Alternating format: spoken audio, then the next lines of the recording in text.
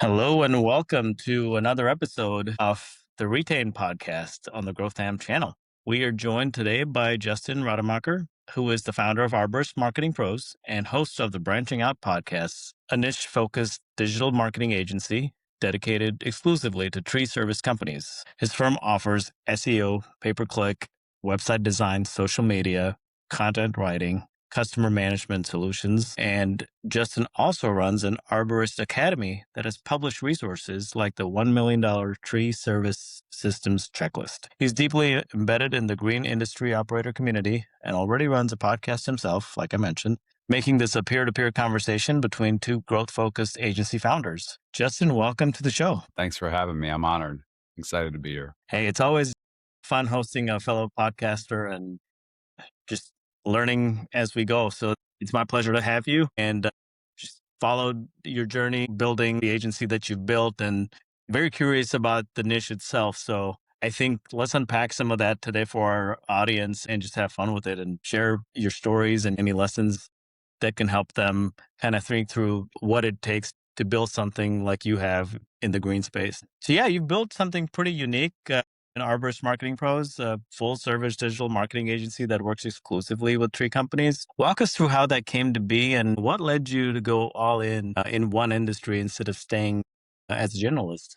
Yeah, and it's so counterintuitive, right? Because you're starting this business and people are like, I want to give you money to do the thing. And you're like, sure, I'll take your money, right? So my business partner and I, we worked in the automotive space for about 10 years on the dealership support side. So we got really involved in marketing and understood attribution and understood the different advertising channels that were out there and how everything really ties back to ROI. We left that industry to start our own digital marketing agency. And Alex Hormozy always says it. Basically, if you had a credit card and a pulse, we would do your marketing for you. I didn't care what kind of business it was. It could be building e-commerce websites. We were building anything, you name it. We were willing to do it.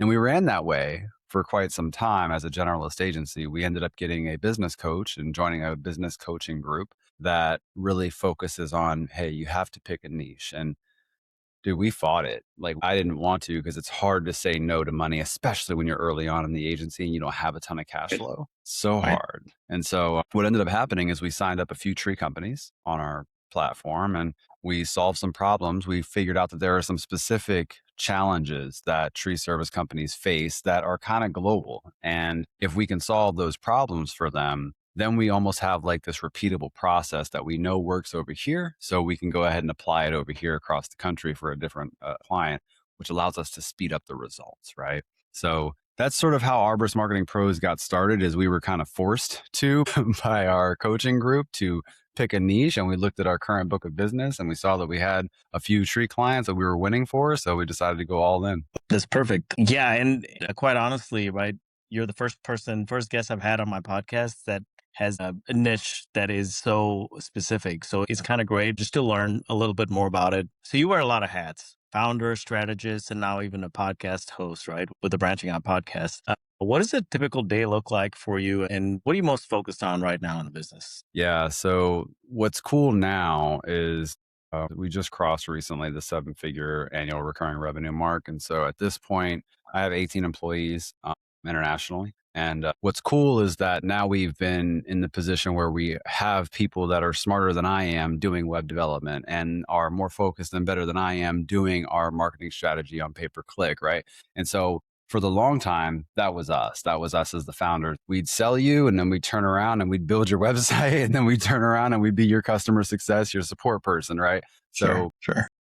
I think that's what's been lately my focus now that we've trained up sales is my focus is really about just generating business, almost like a business development. So that looks like things like this, right? Podcast episodes. It looks like publishing content, coming up with lead magnets, things on the website, on the marketing side that are actually going to generate business. And then also, duct taping processes together to make sure that everybody's job is moving as efficiently as it can. Yeah. Given that the tree industry is so local, seasonal, and referral driven, right? As people talk to people and news spreads, how has the digital marketing landscape shifted for tree companies over the past couple of years, specifically around things like Google Maps SEO, local search, and paid ads? And this is really where being niche down is super important because we'll sit down with our other agency founders that are masterminds and they'll be talking about how Google Maps SEO is like, we need to be ranked number one organically. And what we figured out is that about a year and a half ago, Google came out with what's called local service ads. So for service-based companies like tree service companies, you don't actually get to see organic SEO until you're halfway down the search engine results page. You have your local service ads up at the tip top. You've got your Google AI answers. You've got your Google pay per click. And then you get into local SEO with the map pack. And then you get into organic SEO. So this concept of let's invest all of this money and all this time and effort into trying to be rank one organically, you're still midway down the page. So the direct answer to your question is what's changing is that obviously local service ads really disrupted the whole ad space and the SEO space. And now we're getting into AI answers are starting to disrupt even the local service ad space. Right. Yeah.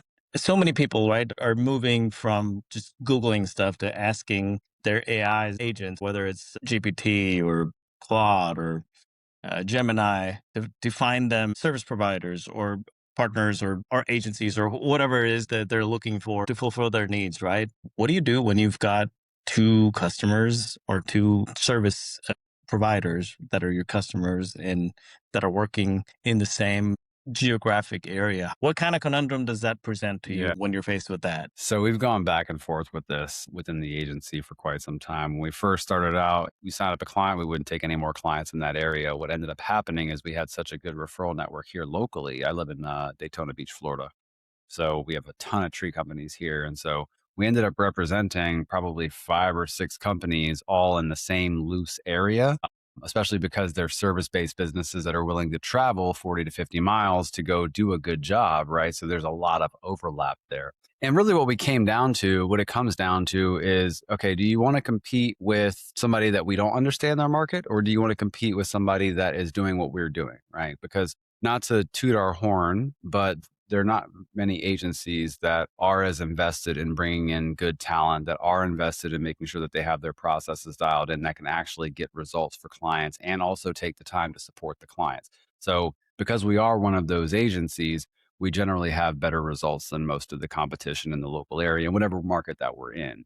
And so it's like, okay, well, do you want to be second or third on the winning bus, or do you want to be back in the back? No. Yeah. Yeah. Now we are at the stage now where, listen, that's what's cool about being able to stabilize as an agency is that I can say no to business now if I don't think that we're going to be a good fit for whatever reason, whether we're just not your cup of tea or you're not ours, or I've already got a good client in that area that's dominating. I don't really want to disrupt that. We can say no. So we kind of play that a little bit by ear as far as Yeah. like the location specific competitors. When we talked earlier, you said you've built resources like the $1 million tree service systems checklist and the full Arborist Academy, right? That tells me you're not just selling marketing. You're trying to educate and systematize an entire industry. That being said, who's your ideal client and what does a tree service company look like when they show up at your door and ready to grow? Yeah. So this has also been tweaked over time, right? Because of getting into the niche, we were like, our ideal client can pay their invoice. And now we're starting to realize that, man, a lot of these guys are still using paper invoices. A lot of these guys don't really understand the importance of Google reviews. They don't have a digital database that they can take any action against. And if you're listening to this, what is a digital database? I just mean like a list of your customers that you've done work for and know who their phone number and their email address so that when things slow down in the slow season, we can call them, we can send out text messages, we can send out emails, we can reactivate that database. Hard to do with a paper contract, right? So our ideal client these days is doing at least 500K in annual revenue. Usually it's closer to the $1 million. They have already invested money into marketing. So this isn't a new concept of buying customers, right? Because that's the first hump to get over is if you are used to only investing in something like SEO, and now I'm asking you to spend $3,000-$4,000 on ads, it's very unsettling. And so once you get into that motion of, oh, okay, I understand that each one of my customers costs me $300 or $500 or whatever that number is based on your cost per lead and your closing ratio. When you understand that, then they really understand our value because they see the impact. When they hire us and they see their cost per leads go down and they see their customer acquisition costs go down, it's this, oh, these guys actually are the real deal. Before that, if they've never invested before, they're just seeing $3,000, they're getting some leads, they don't know if it's good or not, right? And I'm empathetic to that. So So our ideal customer kind of understands a little bit of advertising, already has a little bit of an online presence, and we really take it. Absolutely. And yeah, this kind of takes me to one of the videos on your YouTube channel where you're talking to your team about if you had a vending machine in your house and you put a buck in it and you knew it was going to make five, yeah, right? Would you think about it differently? Yeah, yeah. What So, would be your marketing budget, right? Like right, people are like, well, right. what's your marketing budget? I don't know how much money you want to make. That's the analogy there. I told my team the correct answer is every single dollar that I have, I'm going to put into that Correct. vending machine to get it back. Exactly, exactly. With a seasonal business like this, right? How do you handle a growth strategy when it comes to the slower months where there's not enough tree maintenance activity or there's not enough to keep employees utilized, keep billing consistent from a client's perspective? How do you work with them to kind of keep that revenue engine ticking at that time of year? Yeah. And so there are some areas, even in the US, that are just dead. Like they just shut down in the winter, right? But for a lot of the US, what happens is that Google ads, really ads in general, is a supply and Yeah. demand thing, right? Like it's all based on the bidding that goes on in the back end, the auction. And so there is still search volume. It's just nowhere near as popular, and there's not as many people searching for that work as there are in the busy seasons. And so what we do is we tell our customers, listen, you've got one of two options. You can either A, keep your advertising spend the way that it is right now and expect that you are going to see an increased cost per lead, an increased customer acquisition cost, and do less work. Or B, if you want to spend more on advertising to keep the work consistent, then we just need to increase your budget to allow for that to happen.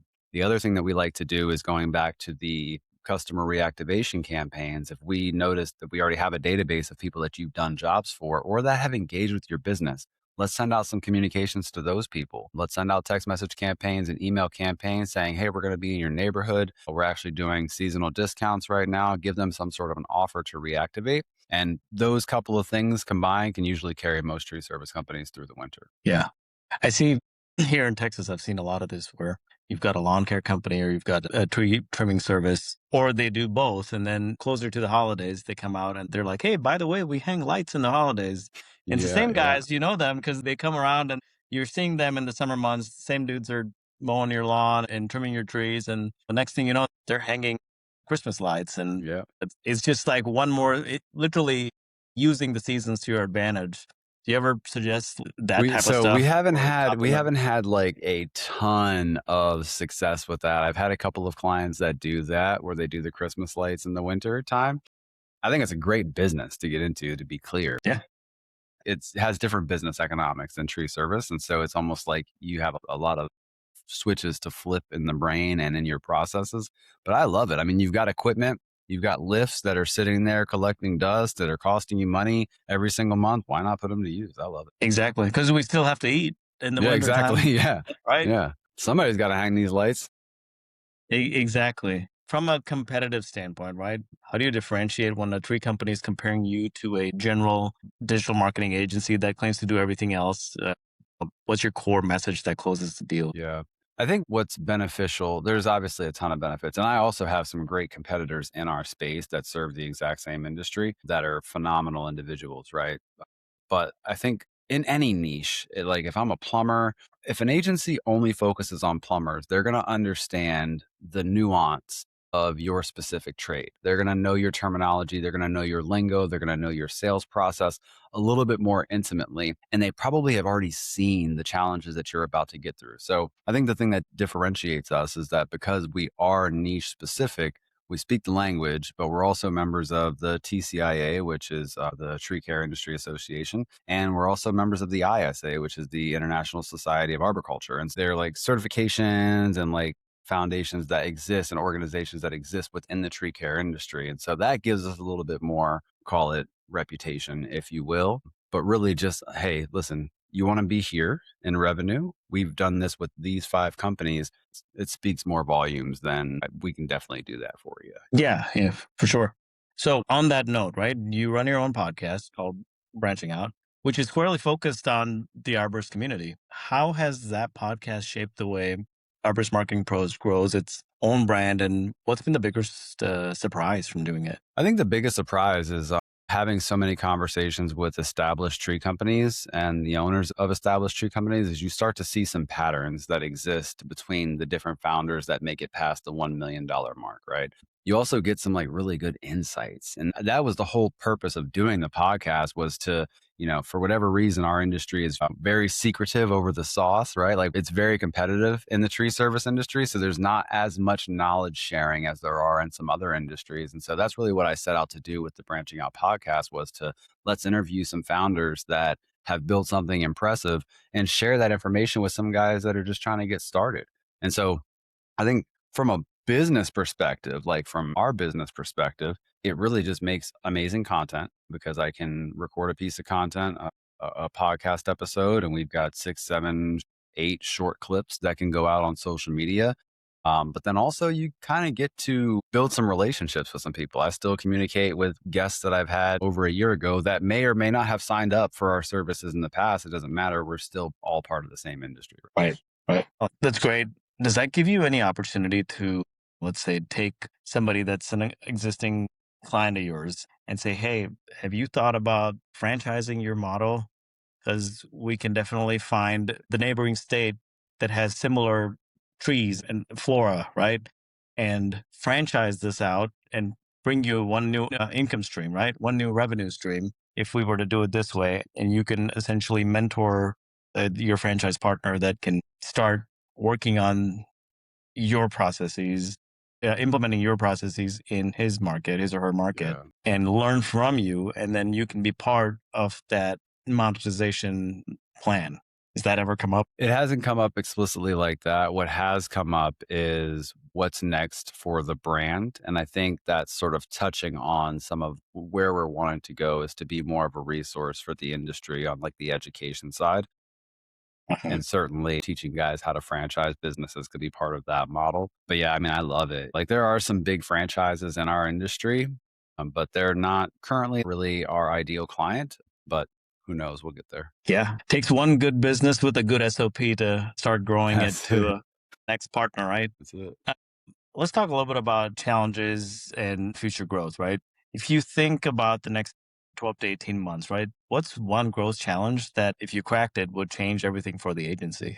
Customer acquisition is always top of my mind is obviously we need to keep churn low and our churn rate is phenomenal as far as our industry is concerned. A churn being cancellation, how many accounts are canceling, because no matter how good you are, you're always going to lose some accounts. So as long as we keep churn under control and we can either A, reduce our customer acquisition cost, or B, come up with a money model that will cash flow into month one, because as you probably know, acquiring customers high ticket is very expensive. And so it produces cash flow challenges. If I spend $10,000 on ads this month, I have to wait 2 months to actually get the results from the 10K that I spent. So, it's not like the vending machine analogy where it's immediate. It's like I put $1 in and I got to wait 2 or 3 months before I get my $5 back. So if we could crack, I think the customer acquisition, whether it's through organic channels like social media or it is through I'm doing a webinar on the 30th, for example, that the goal again is to just put out valuable information.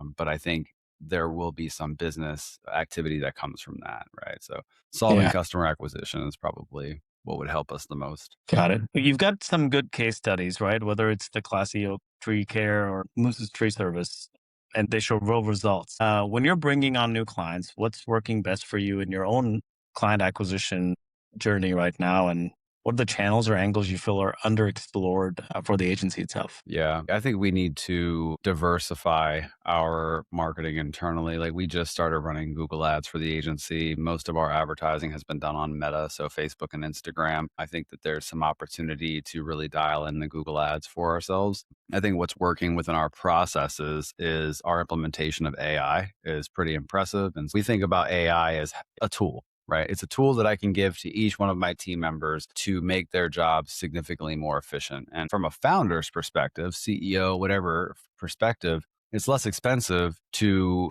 have a web developer that can leverage AI to build twice as many websites than it is to hire a secondary web developer.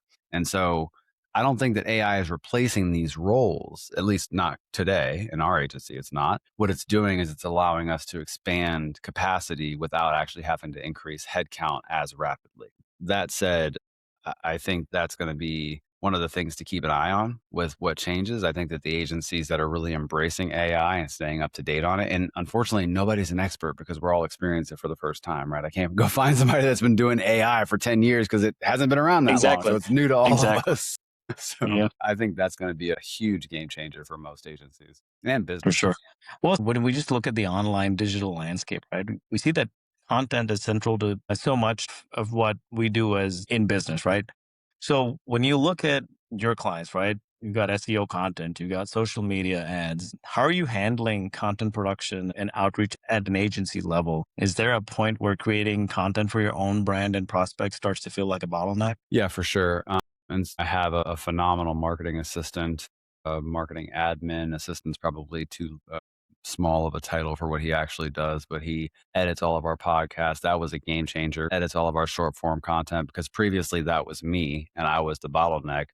Now all I have to do is record the content or provide him the content. He goes and edits it, posts it. And really what it is that you're putting people in places that are able to play and they play with the things they enjoy and it's not work for them. And so he loves talking about the extra followers that we got on this platform. And I was posting as a matter of I just have to as a business owner. It doesn't really, I don't get a whole lot of enjoyment from it. And so, yeah, I think putting the people in the right places to be able to do those things is huge. Well, absolutely. When you're doing something like that, that just means that your team has to be tight, right? You can't afford to spread them thin. And with that, right, there comes so many processes that, like you said, you find the right person, the right fit, and he or she is passionate about what she does and is good at it. And you're able to kind of make it very repeatable, predictable, and produce well, right? Are there repeatable workflows or processes inside the agency right now, whether it's lead follow up or onboarding, client reporting, content scheduling, that eat up time without really moving the revenue needle? I'm sure that there are. I can tell you that we are always looking at how we can improve our efficiency and how we can leverage AI. I'll give you a perfect example is we obviously have a customer database that has email addresses for people that have opted in, signed up for our newsletter. And what I was doing is I was writing out this newsletter. These are non-customers.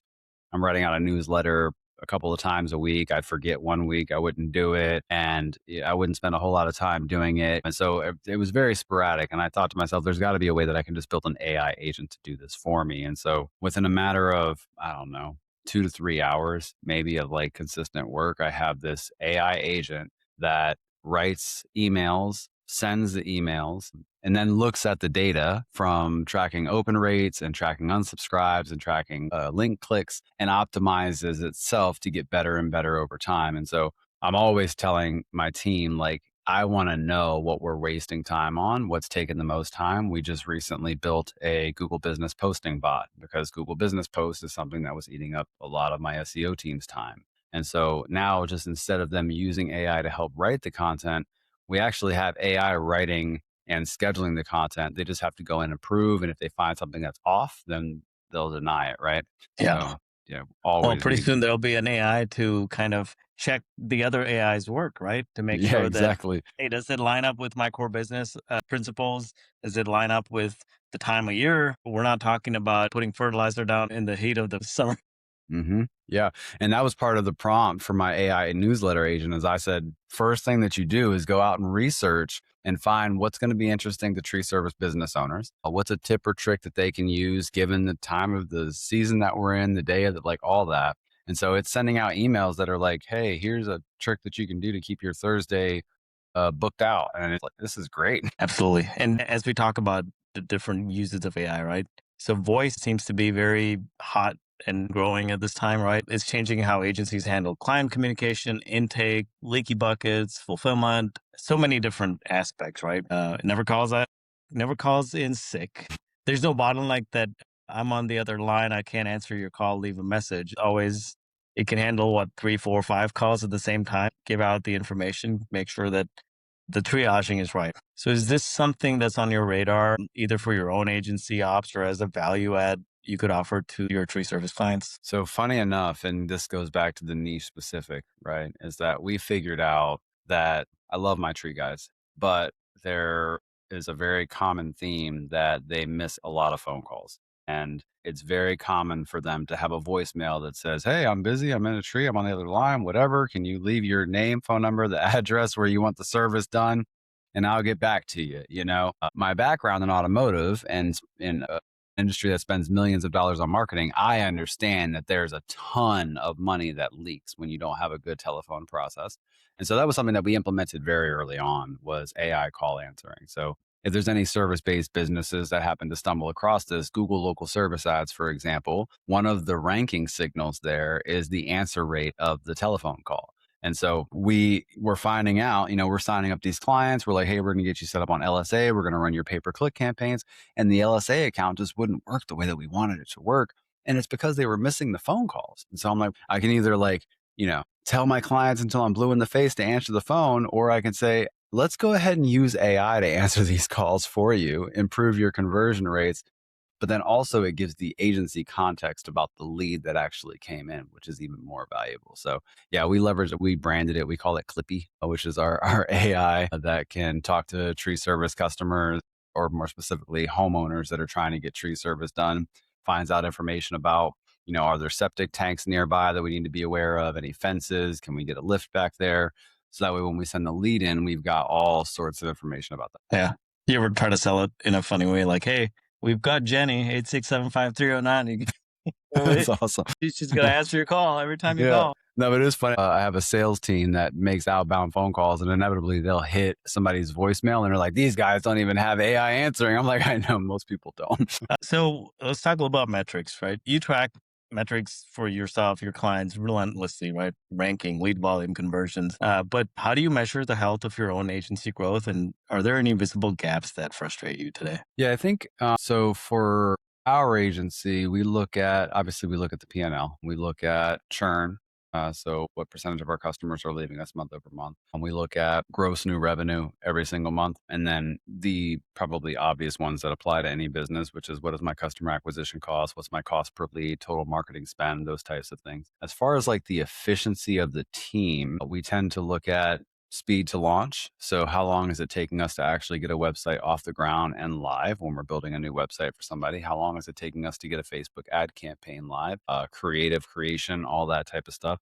So we keep pretty tight timelines on those things. The team will tell you that we were at 30 days to build a website, and I was like, we have to get this under 14 days. They're like, that's insane. Lo and Yeah. behold, we were able to get it done. We just crossed that marker a couple weeks ago. We got our first website done, and I think it was like 11 days, right? So I think as a founder, it's like making sure that we are paying attention to the direction that we want to take the organization, and then setting the unrealistic expectation, which may seem crazy for most of us, but that's sort of the founder's job, right? Well, and with AI, the new normal has shifted, right? It 100%. used to take weeks on weeks to get websites from the drawing board to UX design to approval to tweaking, final draft and posting, right? It can be done in a fraction of that now. Yeah, So in an hour. all the goalposts. Yeah, Yeah. I mean, exactly. today, listen, I'm not a developer. I don't know code, but today, I'm revamping our like internal reporting processes and realizing that we need to move more to a data warehouse. We were talking about this before the show. And so using Claude AI and BigQuery, I was able to just prompt my way into creating a data warehouse where I can store all of our customers' data and be able to query it at any time, set a front end on top of it, and have this beautiful reporting platform that will not only allow us to report to our customers, but more importantly, it allows us to keep global metrics internally. And I was able to Sure. do that in like 4 hours with just asking questions. Hey, how do I want to do this thing? And that would have cost me. We tried to build this a year and a half ago before AI, spent $3,000 on outsourced development and never really got it across the finish line. The numbers didn't add up 100%, right? So we never actually used it. Now here I am a year and a half later, able to do it in a morning using AI with zero development skills. That just tells you the leaps that we've taken within AI in just that short period. On design, huh? The answer to your That's it. prayers. That's it. Claude Code, Claude Design, Claude Co-work. I'm having a good time with a lot of those things now. Yeah. Don't forget, I told you July 5th, you get, I think, your session limits are double or something. I Oh, saw that's that. incredible. We spend a ton Yeah. of money on Claude. Hey, we're all on the same boat. That's it. So when we think long term, right? Where does Arborist Marketing Pros go? Do you stay laser focused on the tree service vertical forever? Or is there a broader vision, maybe expanding into adjacent green industries or building out the academy into something larger? What kind of partners or capabilities would be of use to kind of get you there? Yeah. I don't intend to shift out of the tree service industry. I want to become the go to marketing agency for tree service companies. There's somewhere in the neighborhood of 4 to 5,000 tree companies across the US that are recognized as good size, over $1 million tree companies. There's plenty of market there. We just don't have enough market share, right? So I'm not concerned about being capped by the niche that we're in. I think the long term play is I absolutely want to be a bigger player in the tree service industry and serve as more of an authoritative voice in the industry that can help guide how we start to embrace technology within the industry, which I think is one of the biggest gaps right now. For sure. Well, I think you're building something really cool and just kind of staying true to your niche, right? Staying true to the green space, the tree service industry. I think it's definitely going to help scalability and just building that thought leadership, building that expertise. So I would love to feature you again on another season and see how things have changed. But yes, this has been a fun conversation, just getting to know an industry that I know very little about. Is there anything you want to tell our audience, whether it's a tree service company owner that's struggling to find a footing, or whether they can't get past a certain growth plateau, or just anybody that's listening? I think anybody that's listening that is in business whatsoever, the biggest piece of advice well, there's two pieces of advice that changed my life. The first one is that if you want to be good at something, you have to be willing to suck at it at first. And so if that means making content, having a podcast, making social media clips, it's super goofy and embarrassing to do the first time that you do it, the first 100 times that you do it, the first 1,000 times that you do it, but then eventually you get better at it. I've always considered myself to be a pretty decent communicator. And it wasn't until I started having a podcast that I realized, oh, I have tempo issues. Oh, I use a lot of filler words. And so being able to improve my own skill set has been paramount to any business success. And I think the other thing, aside from like being willing to suck, is to find a mentor or somebody or something that can help speed up the process. And so that's part of the reason that we have the Branching Out podcast, is so that guys they don't have to reinvent the wheel. If they're building a business, go listen to the podcast and hear what other people have done that's actually worked and just do what they did. That's what we're doing with the agency. We're in touch with other digital marketing agencies that are significantly further along on their journey than we are. And we can say, hey, we're thinking about doing this thing. And they can say, don't waste your time. I tried that. It doesn't work. Okay, cool. Now I don't have to spend the 6 months going down this rabbit hole just to hit the same bottleneck that my predecessor hit. So yeah, find a mentor and be willing to suck are the two biggest things that I think any business owner can use. And unlearn what you learned in school, which is copying other people's homework doesn't get you ahead, right? Nope. Do it. No, yeah. Yeah. Yeah. If they've already done it and all I have to do is do what they did, then that's a win. Absolutely. Well, hey, Justin, thanks for being part of this. And every day I meet with leaders like you and I learn something different in every episode. And you're unique in your industry. So stay true to that. And thank you for sharing all the lessons learned and inspiring our audience. Yeah. Happy to. I appreciate you having me on. This was a good one. It was fun. Thank you. Same. My pleasure.